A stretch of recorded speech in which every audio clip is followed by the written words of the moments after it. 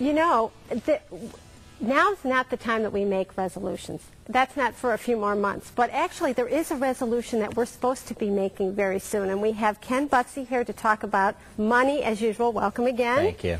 So tell us about this resolution. You're with Integrity First Planners. Planners, correct. Right. Well, what I like people to do is to now really take a look at what they've done this past year and what they're going to be doing next year, and particularly when you're dealing with retirement accounts. A lot of people started January off saying, well, I'm going to put money into my retirement account or whatnot, and the year's gone by and maybe they haven't done it. You're supposed to be doing that before the first of the year, right? It'd be nice to start off with a plan and be consistent with it throughout. And where I find people really get confused, for instance, if you're looking at IRAs, you can put money into a traditional IRA or a Roth IRA. And a lot of times people just, at the very last minute, will dump it in because they feel a deadline's coming up, but without a lot of thought as to which kind of an account it went into. And we find the same thing is happening in the work account. One thing that was recently added to a lot of company pension plans is a Roth 401k.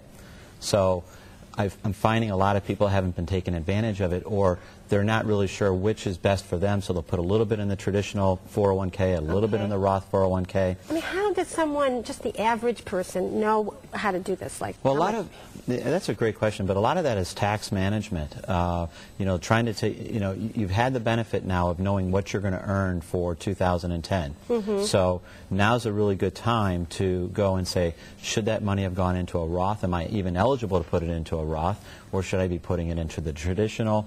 And so this is a good time to do that now because deadlines are coming up. But if you can think ahead that January is going to be right around the corner, if you can get it set up from the beginning of January for the whole year, you're going to be better off. Okay, so do you recommend people like mark their calendar for this kind of thing to look ahead? I do, and one thing is coming up shortly here are required minimum distributions. And required minimum distributions are for anyone who was born before July 1st of 1939. Last year, the government waived them. Now, just like my buddy here, Jason. Yeah, I noticed you have this charming mask sitting next to you. What is that about? Remember Jason from Halloween? I didn't watch Or Friday the 13th? I don't see it. Yeah. The tagline was, he's back. Well, really? RMDs are back. Oh, I see. Okay. And a lot of people haven't taken their RMDs yet. And Required minimum distribution. Okay. All right. And so those are going to be due by December 31st for everybody born before July 1st, 1939. This year, we're a little bit lucky. December 31st happens to be a Friday, so many banks will still be open. But I've seen it happen before where they say, oh, I have till the 31st. The 31st happens to be a Sunday. And then you're out of luck? Right. And you know what the penalty is for missing it? What? 50%. What? 50%. You lose 50%? The tax penalty for not taking a required minimum distribution is 50%. So, for instance, if your required minimum it's hard to say. Required minimum distribution is $10,000, and you fail to do it by the time period that's allotted, your penalty is $5,000 because you failed to take out 10. But don't forget, now you still have to take out the 10, which is going to be added to your tax return.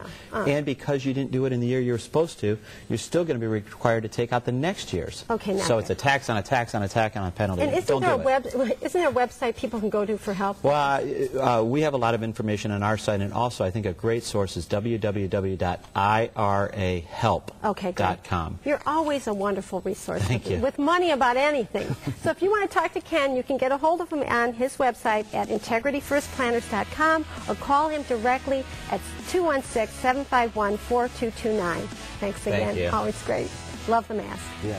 So stay tuned. We'll be back with Romance Review.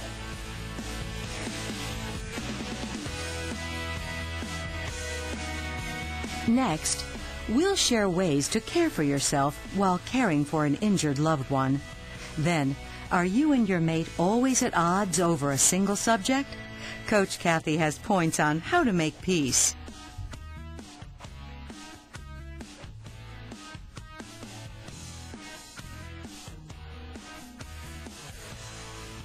I love this week's Romance Review because my husband and I just got back from spending time at this place. We spent a wonderful weekend at the Emerald Necklace Inn in Fairview Park. Now, what's so wonderful about this is it's historical. It was built in 1863. It used to be a grocery store, and Gloria Kemmer has beautifully renovated this. It has 3 rooms, but what's really making this a hidden gem is that it butts up against the Metro Park. There's like a little hidden driveway behind it, so you get up in the morning, you get your hiking boots on, and there you are in the Metro Park. So I highly recommend it. And by the way, I grew up in Fairview Park. I went to Fairview Park High School, and they are celebrating their 100th anniversary. So if you want a romantic weekend, some reason to celebrate your relationship and Fairview Park's birthday, I recommend the Emerald Necklace Inn. Stay tuned. We'll be right back with more.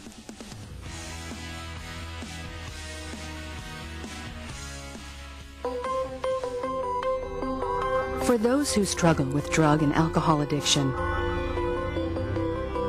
finding the courage to change is the first step to lasting recovery. Discover life in recovery. Discover Glen Bay.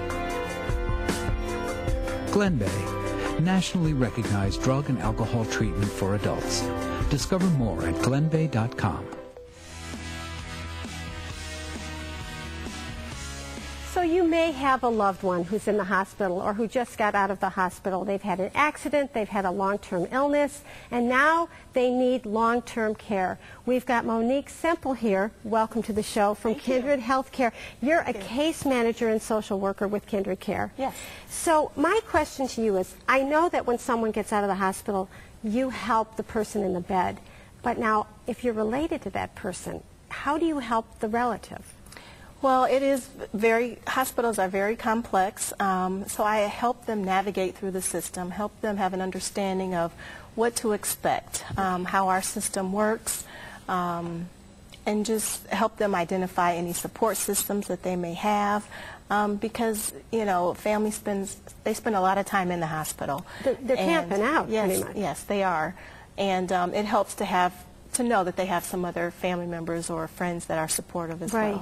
So I'm picturing, God forbid, my relative lying there with, say, maybe a ventilator attached, and that's really a stressful, emotional thing to watch. Yes, it is. So who's going to help me? I mean, is there someone like you who would be a social worker who would pull me aside and let me cry on your shoulder, or how? Yes, I mean, we're there to listen. A lot of times families want to be able to tell the story of the patient, or how they, their relationship, things like that. So yes, we are there to sometimes just listen and hear their story and help them understand. The ventilator is also a very scary, scary thing to see. Yes. And, just help them, cope with what their family member may be going through. Now, you mentioned earlier about the system, the hospital system. I'm not quite sure what you mean. Like, is there paperwork involved, or? Well, just how the hospitals work. Length of stays, there's therapy, there's nursing, there's a lot of tests and procedures that get done. Insurance, families may have insurance questions. Right.